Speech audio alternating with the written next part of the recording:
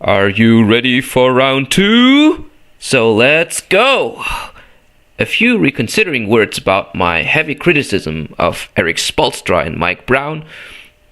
Bruce Blitz, his crew, and myself have heavily criticized both of them. Well, at least my behalf is ready to reconsider, and getting the feeling that it was LeBron himself who tends to trust his gut feelings for 1-on-5s instead of listening to his coaches. Pat Riley has faith in his little brother, and so does the Lakers management with Mike Brown. So let's give them another chance and see how they have progressed. And we continue in the city of the Angels, where the Lakers and Clippers put on a show. The team around Blake Griffin is possibly one candidate as teams on the rise and hopes for a playoff run.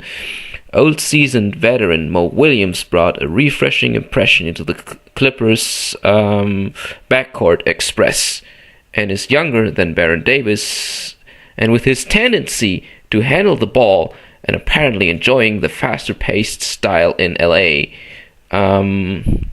With Mo Williams' help, Blake Griffin will have more chances for spectacular alley-oops.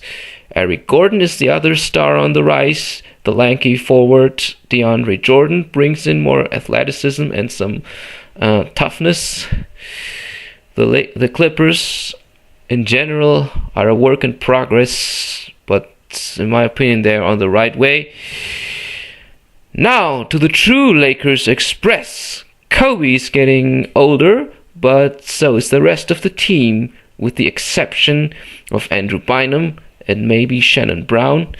Derek Fisher won't be effective any longer, but maybe he still can reach out his fangs from time to time. The real issue will be, how will Kobe operate under Coach Mike Brown? Will the coach be able to handle him and the team? As previously mentioned, the youthful and passionate Oklahoma City Thunder and the Memphis Grizzlies are already making a spark impact to knock on the doors of the former NBA champion and the real NBA champ. Due to the new contract regulation system, who will the Lakers target in the free agency market? They too need to get younger at some positions, but especially they need a point guard. Well, can they acquire Chris Paul? Up to the Madison Square Garden, where the New York Knicks celebrate their new prince. The motivation of Carmelo Anthony and Amari Stoudemire should be all hyped up with a lot to prove in the Eastern Conference ranks. Taking our talents to the other South Beach, the Orlando Magic will have a lot to deal with as well, as keeping their centerpiece Dwight Howard in good mood with their current and rather overrated roster, which has been an utter disappointment in this year's playoffs. Though Dwight Howard claimed he was he wanted to stay in Orlando, who knows what's really going on in his mind? Jameer Nelson is not really going to cut it in the long term, since he's also prone to injury, and Gilbert Arenas was the most overhyped addition out of all of them. The last part of this video is about a team which has actually suffered the most from due to a player who took his talents to the South Beach.